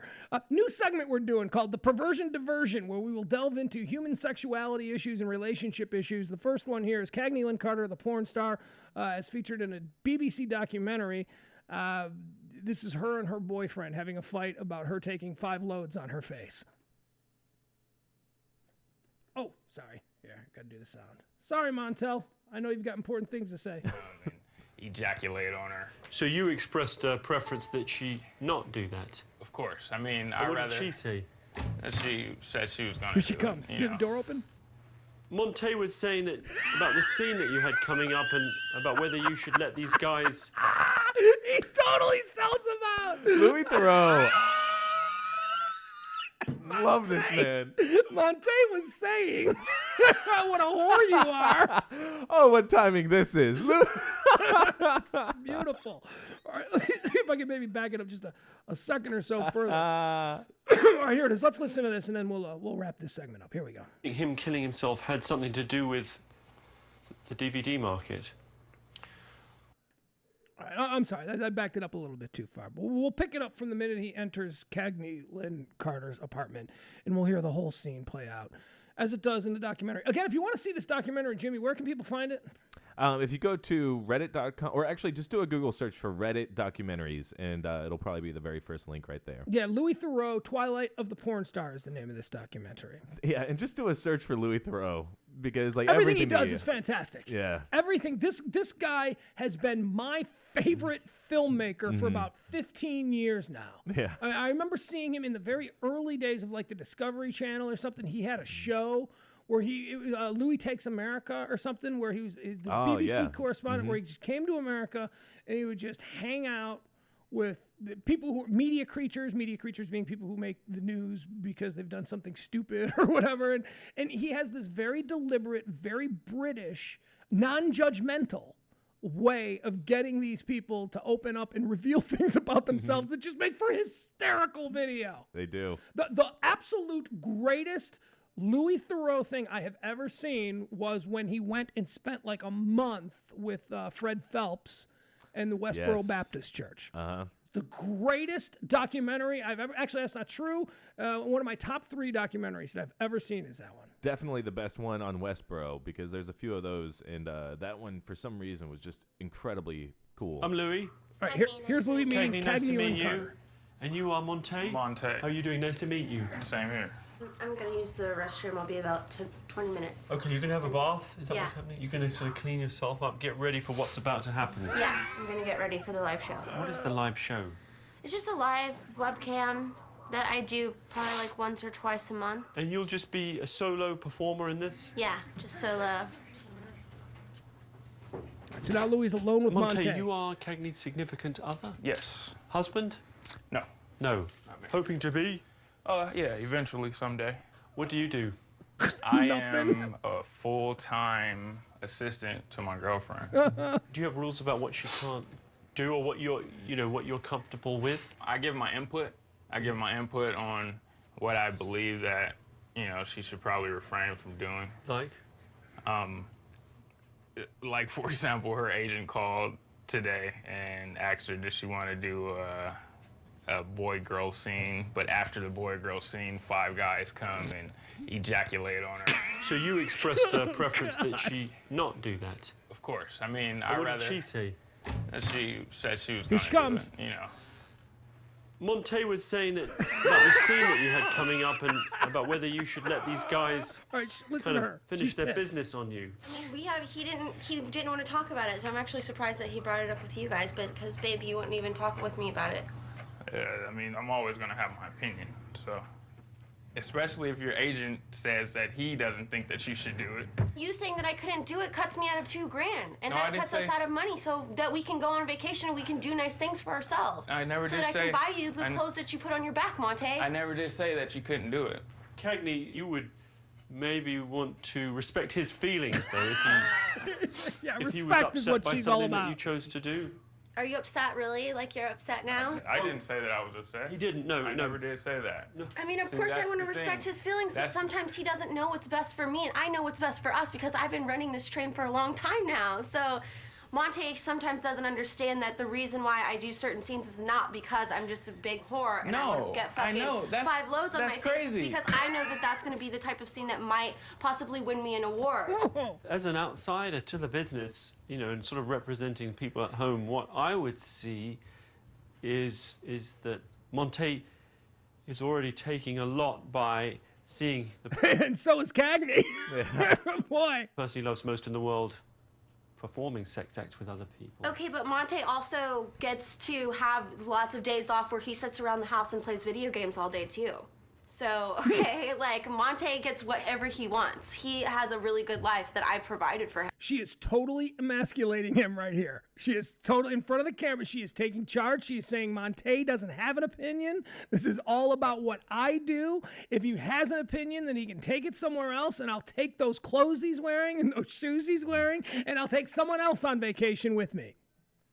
It's the exact opposite of like one of the guys that ends up basically having like one of those arrangements with a girl. Yeah. Yeah, it's kind of the exact opposite, but porn star style, which means it's really crazy. It's just real seedy. Yeah. Ugh. Ah, and she's getting surlier and surlier. My favorite part on this, if you get a chance to see it, is when I don't want to risk backing it up, but where Louis says, Monte was saying that he was a bit upset by. Oh, really? Yeah. And she's looking at him and she is berating him with these eyes. And she's looking at him going, really? You're upset now? You're upset now? Like, you pussy. You're upset now, you big baby. What are you going to do? You're going to cry? I mean, it was like the meanest. It's like you saw something in her. Something was revealed there about her personality where she's mean. She wasn't even going to acknowledge that he had a right to be upset that the woman he loves is being degraded in this way. Maybe not. I mean, I guess whether or not she's being degraded is completely up to her. But to him, as someone in her life that loves her, he feels she's being degraded. So she at least owes him the respect of acknowledging that. Yeah. And she does it. She's like, really? Really? You're upset now? You're upset about this? This now? Now you're upset about this, you big pussy? Really? That's what you're upset about?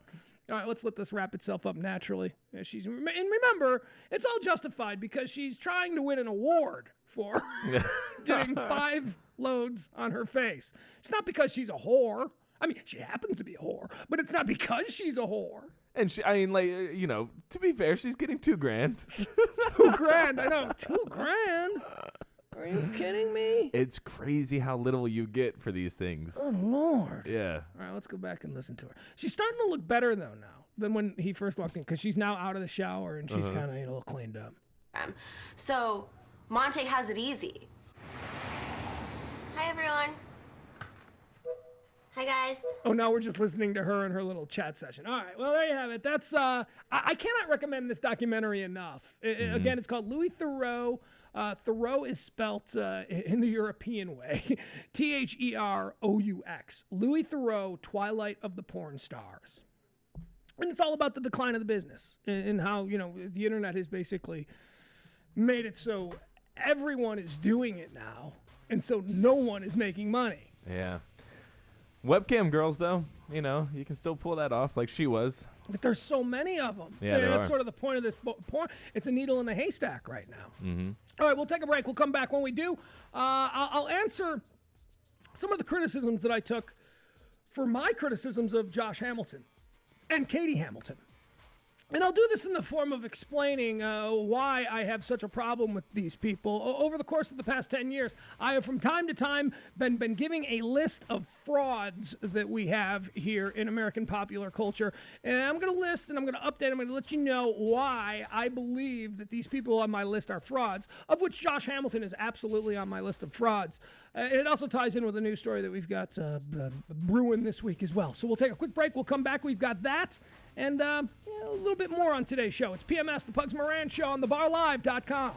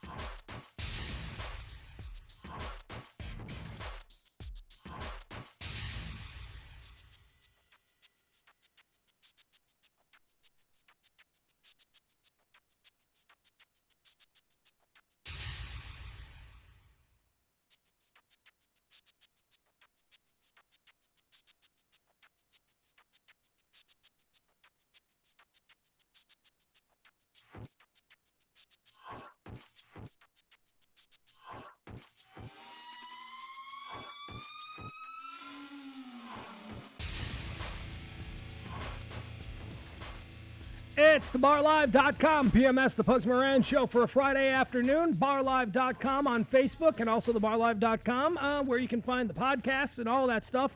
Information about the other shows that we have here on thebarlive.com. All of that stuff at thebarlive.com. Barlive.com.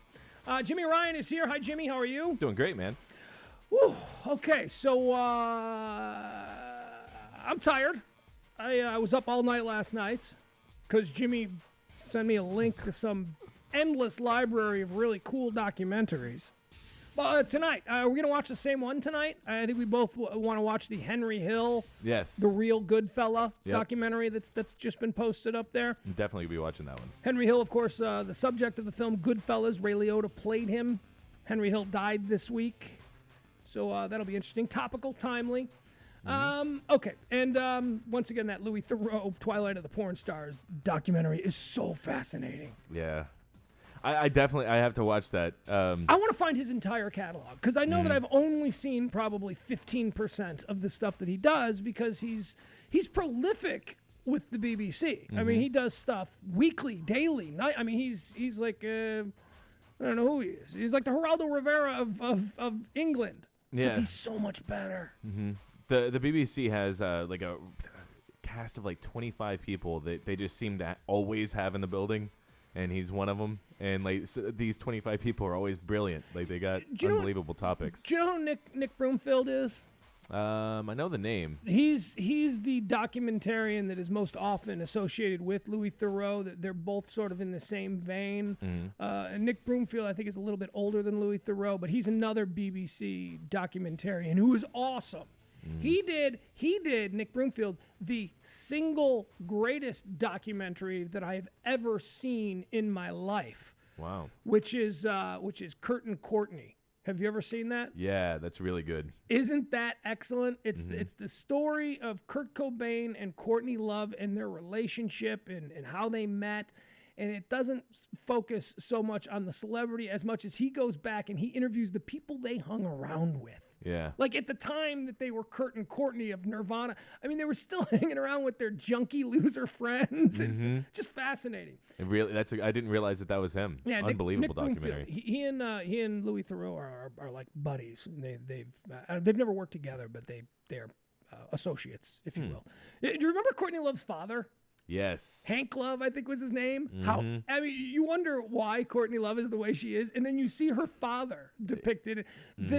This low love. You think Michael Lohan is a scumbag con man? You got to meet Courtney Love's father. Yeah.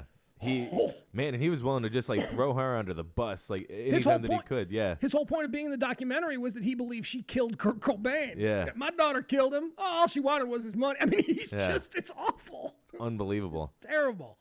All right. So I want to talk about a list of frauds. The other day, we read from a Sports Illustrated article concerning Josh Hamilton, where his wife, Katie, was quoted as saying things like, we're not so interested in staying in Texas. We're only interested in going where the biggest money is. And it's not because we want more money. It's because Jesus wants us to have more money so that we have big plans for all of this money. We're going to heal the world with all of this money, which, it really set me off because it seemed incredibly disingenuous. And it seemed like just the perfect example of what is wrong with organized religion, and especially corporate religion.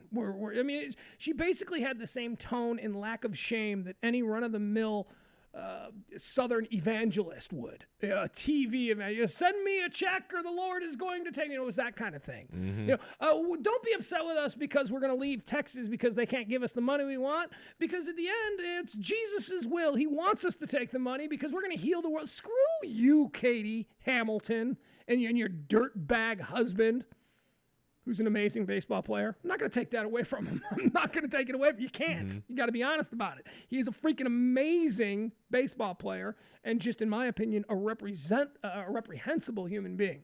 So he makes Josh Hamilton. Always get him confused with the other big fraud that I hate. Josh Hamilton is certainly on my list of frauds. And apparently, like after that last segment, could learn a lot from the porn star that was running things in that last one, because like really, if he was to be like more like her, she wouldn't be out there talking about how Jesus is going to make him money. No. He can't be more like her. He has pinned himself in a corner with his own bad behavior. You see, Oh, but no, her bad behavior would never. You aren't allowed to talk about my bad behavior, is what she would say. Cagney, Yeah. she would. She Yeah. would say, "No, you want to go? Go. Leave your clothes with." but that is kind of a similar power. I mean, you would think in the relationship between Josh Hamilton and his wife Katie that Josh would possibly play the role of Cagney Lynn Carter, the porn star, and that he's the earner, right? Mm-hmm. Except for the fact that his ability to earn is based completely on this idea that he has reformed himself, that he has thrown himself into the arms of Jesus, and he is a completely different man.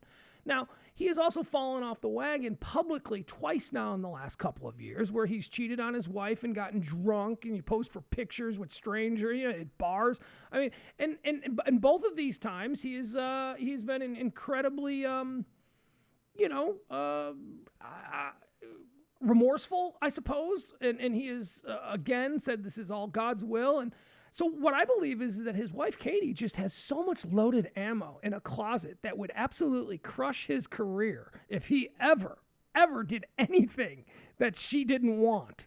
It's like, Yeah. So I believe she has the power in that relationship, because she's like, really, really tough guy, that's what you're going to do? Okay, I'm leaving you, and I'm holding a press conference tomorrow to talk about what you're really like, Mr. Jesus. Yeah. I'm going to talk about what you're like walking around the house when you're fitting because you're an addict and you want painkillers or whatever the hell it is you want. She could probably do a lot of harm to him in his attempt at creating this Tim Tebow-like image for himself. This is why I sympathize with what Larry David goes by when it comes to this stuff. He doesn't like being too close to people because then they learn things about him. Yeah. So as few people close to me is good. Because then they don't know. All right. Another person, and this is why it's kind of topical this week, and I thought that I probably needed to redo my frauds list. Lance Armstrong is in the news. Finally, these doping charges are becoming official, where they're levying these charges against him. And he was supposed to compete in an Ironman competition in Hawaii, and they have told him no. They have said, nah, you know what? Why don't you sit this one out, Lance Armstrong, Mr. Livestrong? Lance Armstrong's hotly anticipated appearance at the starting line of the Ironman World Championship in Hawaii this fall has been all the buzz in the niche world of triathlons. Could Lance Armstrong, a 7-time Tour de France winner and cancer survivor, move on to dominate another sport? The tantalizing answer to that question might never be known. Armstrong won't be able to compete in the granddaddy of all Ironman competition. The Ironman World Championships held each fall in Hawaii due to the most recent blood doping charges against him. The only way that will change is if the charges against him are dropped before the October 13th race. This is all about his 7 Tour de France wins. His former teammates are coming out going, look, he was cheating. He was using roids. And I have been saying this for years, that there is no way that he did that clean. This was a guy that was battling cancer and somehow had the ability to compete in one of the most grueling competitions, riding his bike through the freaking Alps, and the guy's got, he's dying of cancer, and people are like, it's a miracle. It's the good Lord. It's definitely, no, this guy is so ratcheted up with all kinds of crazy, undetectable performance-enhancing drugs and all of this stuff. It's a fraud. I've known it was a fraud for a long time. And then his wife was sick, and it was something about him cheating on his wife with Sheryl Crow after his wife nursed him through his cancer battle, and then she got sick and he dumped her for Sheryl Crow because now he's a rock star and he didn't want to be with some sick chick even though he was sick just a couple of years earlier. I mean, it just seemed to me like this guy, Lance Armstrong, that we all kind of put up on this pedestal as this amazing example of what we should all strive for, is a fraud to me. He just seems like an image. See, I know that I'm not in the norm when it comes to this, but I don't think that it's a fraud. I think that that's part of what he did, that he wanted it so badly that even on cancer, he was willing to ratchet it up with a little bit of steroids and still do the race. I don't like the Sheryl Crow thing. Okay. I don't like. And by the way, I think now Sheryl Crow has cancer. We might be onto something here. This guy is like Livestrong. He's like the cancer guy. Everybody in his world gets cancer. It's a bad run to go on. So I want to give you a couple other people that are on my list of frauds, and I'll explain them, okay? Now, once again, as I said, there are people who you might think would be on my list of frauds who are not because they've been exposed as frauds. People like Kobe Bryant. Well, we know he raped a girl in a Colorado hotel room. Oh, hi, buddy. I'm not going to use words like that. My son has joined me now. We know that Kobe Bryant did something nasty. Right. Hold on. What's wrong, buddy? Oh, you want headphones? Okay, you can listen to the headphones. Hold on. If you're watching on camera, this is my son, Mason. Say hi. Hi. Oh, well, wait a second. Here you go. Actually, here, use this. Here, you put his microphone on. Yeah. Let me get this microphone working here. Sorry, folks. Thank you, Marissa. Marissa's being kind enough to watch Mason today. All right, can you hear this? All right, here, Mason, take that. Can you hear yourself? No, use the one that works. That's the one that works. I don't know. No. Hey, Mason, can you hear Daddy? Okay, let's try something. We were watching some political stuff last night, so we're trying something. All right, Mace, repeat after me. Ready? President? Oh, my God. Oh, man, he's running around going President Obama and Mitt Romney. He knew both of these guys. President? Okay. He whispers it. Mitt? Why are you whispering? You've got to speak up. Did you hear him? He said them. He knew them both. He's learning. All right. Thank you, buddy. Hey, buddy, I'm going to go back. Do you know what frauds are? You know what frauds are? What? Well, frauds are people who present themselves as one thing, but in reality are far different than how they're portrayed. Yeah. Do you know who Josh Hamilton is? What? Do you know who Josh Hamilton is? What? Josh Hamilton. Okay, all right. I think he's about a year or two away from doing bits with me on the air. He's still only 3. He's getting there, though. That microphone isn't even plugged in, dude. You got to use the one that's plugged in. All right. Mic technique is not his strong suit. To be fair, I think that he already has a better grasp on the general election than most people on CNN. So. Yeah. President? Mitt? President? Yeah, okay, very good. And he can pick them out on TV. Oh, wow. He knows, like, that's how we started doing it. Like, they were doing a thing on CNN where they were showing both of them. What? All right. You know what? This is only cute for me because I'm so proud of him. He's my kid. Everybody else is like, get the damn kid off the air. So, I love you, buddy. Love you. All right, we're almost done, okay? Did you have a good lunch? Did you eat your apples? All right. Did you eat something else, too? Yeah. Okay, very good.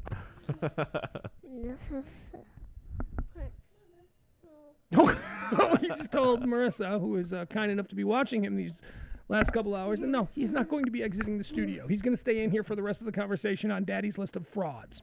All right, so we've gone over Lance Armstrong, Josh Hamilton, right, on my frauds list. Here's one that's going to shock a lot of people because they think I'm completely in the tank for this guy. But another one of America's greatest frauds, at least in the athletic world, is Michael Jordan. Yeah.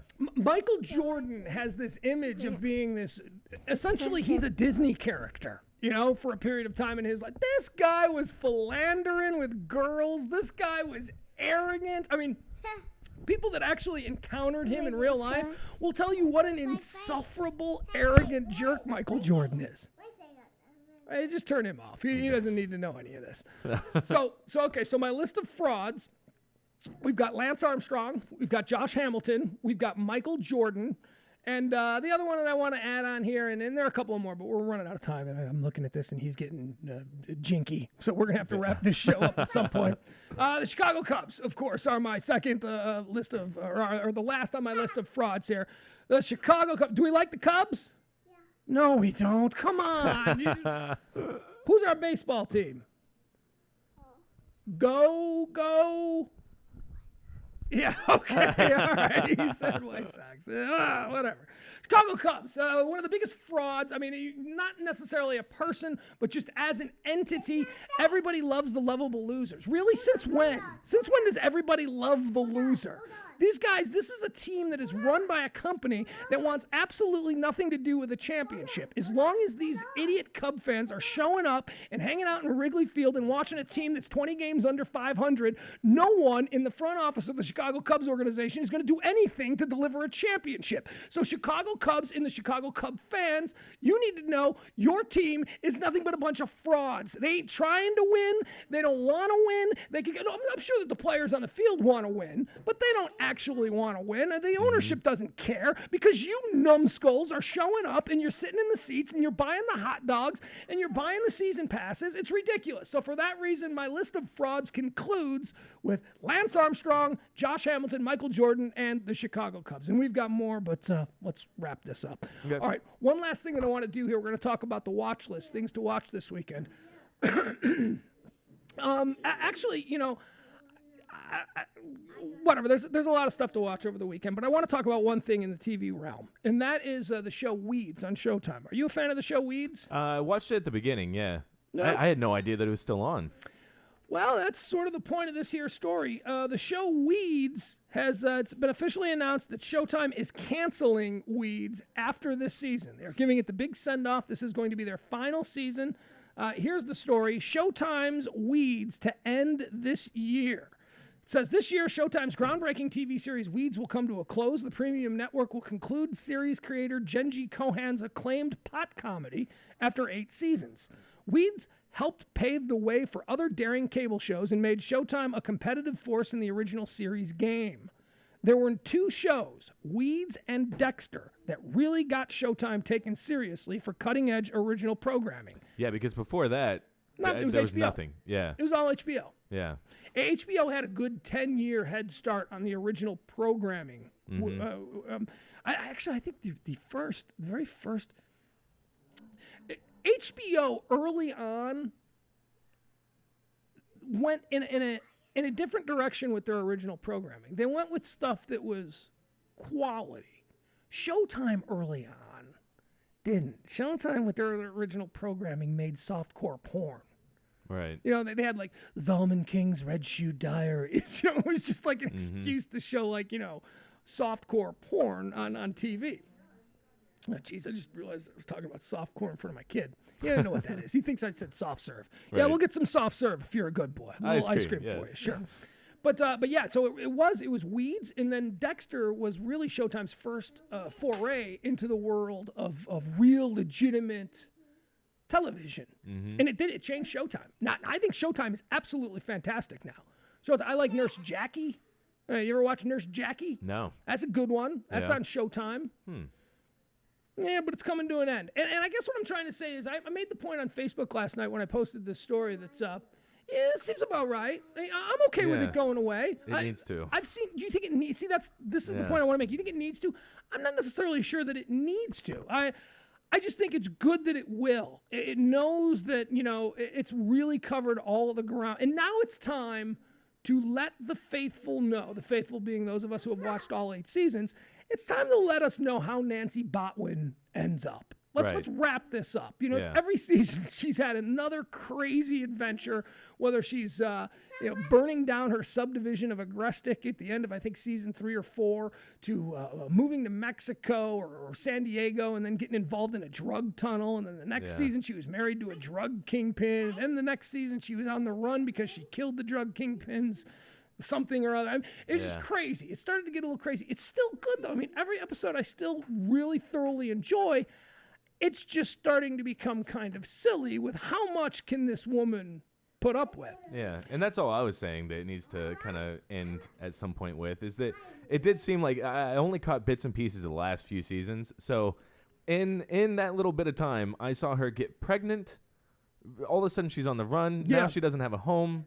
Right. Yeah. So I don't really know what the storyline is, but I know that it's gone chaotic. It's jumped around quite a bit, but if you watched all 8, it makes sense. Right. If you watched all 8 seasons in the order that they came out, you followed along and you kind of get it. But you're right, it is kind of, you know, because the original premise. discombobulated. Yeah, because the whole original premise was we're in the middle of, you know, every town suburbia, and there's a woman selling pot. That was the original thing, you know, and that was supposed to be what, and it did for a very long time. It carried the show, but then all of a sudden it just lost sight of that. Well, it was supposed to end years ago, and it became so popular that they made extra seasons. I saw a friend of mine, Will, on my Facebook page. He posted that he thought that they should have ended it when Agrestic, the perfect little boxes community that they all lived in, where she was so fish out of water because she was the weed dealer. You know, that's what this whole thing was about, to these wealthy people who would never appear to be the kinds of people who would want weed. The season where Agrestic burned to the ground should have been the natural conclusion. And Will said that. And Will is not only right, but that's what that episode was supposed to be. That Genji Kohan, the creator of the show, had intended the series to end that way, with the little boxes neighborhood, immortalized in the theme song, burning to the ground. What's that, buddy? Yeah, okay. The burning to the ground, and that would have been a natural, but Showtime demanded more because the show was so hot. That's the problem. I mean, like, I think Ricky Gervais actually said it the best when he basically ended up doing The Office for, I think it was two seasons. And, like, they came to him after The Office became a success here, and now they're in, like the 30th season? Right, yeah. Originally, the American offices were all based on scripts from the English office. They were just changed up and Americanized. Well, that hasn't been the case in like 7 years because they ran out of original British material to use, and they had to just start writing their own. Yeah, and I guess BBC came to him I guess 3 years ago and said, "Hey, are you sure you don't want to do another Office? I mean, it seems like it's going on okay over there." And he goes, "What are we gonna do? Just start ripping off their stuff?" Yeah, that they could do. The British show can now take the scripts that were already written by Greg Daniels and the American guys and adapt them to the British way of watching, I guess. But I mean, like, and me being as big of a fan of the original Office as I was happy that it was over when it was. Extras, I'm glad that it ended when it did because I'm always glad to wanted see more. that. I'm glad, I'm glad that you watched Extras because I'm a massive Ricky Gervais fan, and very few people watched Extras, which was the HBO series that Ricky Gervais did right after he concluded The Office. And I will say this about Extras was about being an extra in the film business. Ricky Gervais played a lifer. A guy who wanted to be a big leading man movie star, but he's been doing it for 15, 20 years, and he's really never progressed further than a daily extra. Right. But among the extras, he's like the king because he's been doing it for so long. But I will say this about the show Extras. I have never seen a final episode of any series anywhere that was as good as the final series or the final episode of Extras. And they shot it as a 90-minute movie. Yeah. It was a Extras is typically a 30-minute, sitcom. They shot the final episode as an hour-and-a-half movie, and it was, I mean, you saw it, right? Yeah. Do you agree with me? Oh, I do. I absolutely do. I think it was very well done. It made me tear up. I mean, it got you emotional. It got you, but not because the show was going away. It got you emotional because of how smart the writing was and how it was just fantastic. Basically, what happens in the final episode of Extras is this career extra, Ricky Gervais, finally breaks through, and he gets a starring role on a big sitcom, and he becomes a star of this sitcom, and the sitcom is just the absolute worst sitcom that you have ever seen. It's a massive hit because everybody's an idiot, and they want to see, a guy. It's stupid, really stupid, lowbrow humor. And after years and years of struggling to become this respected actor and never really making more of himself than an extra, he finds himself with the success but no critical acclaim because nobody respects what he does. And it's about that. It's about him finally making it and realizing that, I've got the money, but I am miserable because everybody thinks I'm a clown. Yeah. It was just it was a great show. It has an unbelievable amount of perspective, in that, because you automatically assume that because you're successful that you are going to be happy because you're successful. Yeah. But a lot of times it'll be the exact opposite. You'll hate your character. Well, if you are truly an artist, then success without integrity is hollow and unfulfilling, and it makes you more miserable than you were before you ever had success, because before you had the success, at least you had the hope. Yeah. And once you achieve the success, there was an interesting interview once a long time ago with Bob Denver. You remember Bob Denver? Bob Denver played Gilligan, famous for playing Gilligan in Gilligan's Island. And, he is the perfect example of this. Bob Denver wanted to be a serious actor. I mean, he was a seriously trained actor. And he became Gilligan on Gilligan's Island, and he was never hired to do anything else again because the entire world saw him as Gilligan. And he had all kinds of success. Hey, not bad. Gilligan's going to keep his rent paid. Yeah. Gilligan's an icon of American television. But as an artist, Bob Denver was just miserable. He just hated it. I can imagine. I mean, like, because you have this perfect idea of what it's going to be like when you reach that top and you're Gilligan. You Yeah. know? I mean, like, and a lot of people will jump out and say, oh, but at least he got big. Yeah, of course, that is a good thing. But now he's stuck. He is Gilligan. He will always be Gilligan. No one will ever see him as anything else ever again. The Brady Yeah. Bunch kids, the Brady Bunch actors, they all had the same problem. Mm-hmm. I mean, you know, it's one of those things where you. I almost hate saying this, but you got to be careful what you wish for. I just want the money. I don't care. Yeah. I don't need the. I guess I'm not an artist at heart because the integrity is something that can screw the integrity. Yeah, it's what happened when they flipped to sports. I told Jagger that I wanted to leave immediately, and he said, just hold out a little bit. Look at you with your integrity. Yeah. your starving artist integrity. Yeah. Oh, well, I was already starving. So, you know, I was a producer at CBS, so you don't get paid well there. It wasn't like this crazy thing where I was getting good pay. No, I knew that I could make that same pay by, I don't know, making a website a month. You know who? I don't even know if I'm allowed to talk about. What do you mean allowed to talk about this? I'm allowed to talk about anything that I want. Mm-hmm. But you know who left that place in just a remarkably cool way? Who's that? Eric. Uh-huh. Do you remember what Eric did? Oh, yeah. Live on the on the board, yeah. Eric, our old producer, stayed. We didn't expect, when we walked out, we didn't expect them guys to leave. They needed jobs. This was a decision that Kelly and I had to make for our careers. Mm-hmm. In hindsight, would have liked to have that moment back, but so Eric had to stay, and there were a few shows that were rolled in there to fill the time before they settled on what they were going to do to replace the old Pugs and Kelly show, and they brought in Ben and Skin, and Ben and Skin are great guys, fantastic guys, great radio show, middays on ESPN, doing some of the best sports radio in town. So this is not a knock on them. I like them. I like Ben Rogers a lot. I don't know Skin. No, they're very nice guys. I don't know Skin. Skin, everyone says he's a nice guy, but we've just never had an opportunity to meet. Ben Rogers is a really genuinely nice guy. I like him a lot. Mm-hmm. So Eric was running Ben and Skin's board, and he had put us 2 weeks in. This is like maybe 4 or 5 months after we had left, and we had already settled at the Bone, and we were now doing the Bone stuff. And Ben and Skin said to Eric, Ben and Skin were at a remote at Duke's doing the show live, and Eric was back at the studio running the board, and it was Eric's last day, and Ben and Skin said, well, Eric's going to be, he's got a big announcement that he wants to make, and we thought we'd just turn the show over to him, and Eric's going to say a few words, and Eric goes, thanks, guys. Well, I just wanted to announce that this was the last show that I will be a part of here at 105.3. And I want to thank everybody here. You, Ben, Skin, you guys have been wonderful. There are other people here that, I won't thank. But, I just, I want to say that I had a really good time here. And basically, you should all be listening to The Bone right now because Pugs and Kelly are coming on in about an hour. And you guys should listen to them. This place sucks. Genius. This place sucks. And I'm out. And Ben and Skin are now yelling. They're like, dump that. Not realizing that Eric's the one in charge of the dump. Yeah. Eric's like, I ain't dumping that. Why would I dump myself? I'm out of here, suckers. You people suck. This place sucks. Pugs and Kelly are over at 93.3 now. Listen to them. This place is awful. I'm out of here, bitches. And Eric left. Yeah, and and I loved it because I'm so proud of him because he did it. It took such massive balls, but it's the one thing that I always told him. I said, dude, whatever you do, do not burn bridges. At your level, don't. At my level, burning bridges is different because I've got friends all over the place, and I've been doing this a long time.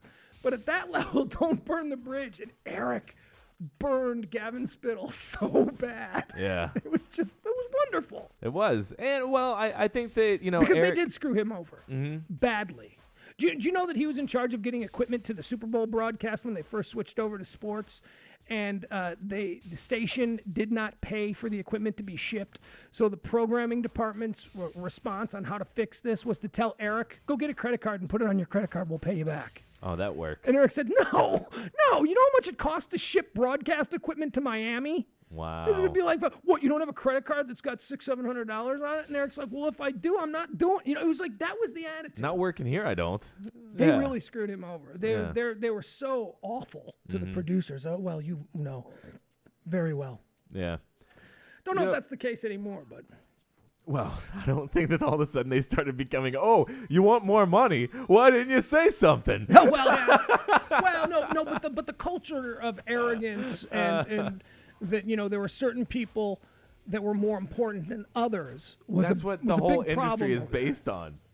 It's Yeah, you're right. literally. I Yeah. mean, like, it's a horrible industry. What do we know? I remember when I was growing up, I was warned by all the broadcasters as I was growing up, don't Everybody, get into right? this. Yeah. Everybody, right? Everybody that I ever talked to as a kid was like, are you serious? Yeah. What is wrong with you? And then you say, no, it's going to be better for me. And then you find out, no, actually the industry is the industry. That's the way it is. I did get a piece of advice from one person. They said, if you can do, if you can do anything else and be relatively happy, do that. That was like a really solid piece of advice from a radio icon that I got when I was just a kid. If you could do, and I've actually heard Kelly say this too, so maybe we heard it from the same person, but if you can do anything else and be relatively happy doing it, go do that now. Yeah. But if there is nothing else that you can do, you'll be miserable doing everything else unless you're getting this demon out that's inside of you and doing it in the way of broadcasting a radio show. Well, then you have no choice and you got to do it, and it ain't going to be a lot of fun. Yeah. There's going to be ups and there's going to be downs. But if you can do anything else, do that now before you get way too involved in this cluster F. That is brilliant advice. That's it. That's radio. All right. Thank you, Jimmy. Have a good weekend. Everybody too. out there, have a great Father's Day. And be sure and check out thebarlive.com, the Facebook page, The Bar Live, and all that stuff. All right, Mace, you want to say goodbye to everybody? Bye. Say bye, everybody. Bye, bye, bye. All right. That was almost a word. All right. We'll see you. It's thebarlive.com. Oh, PMS, Pugs Moran Show on thebarlive.com.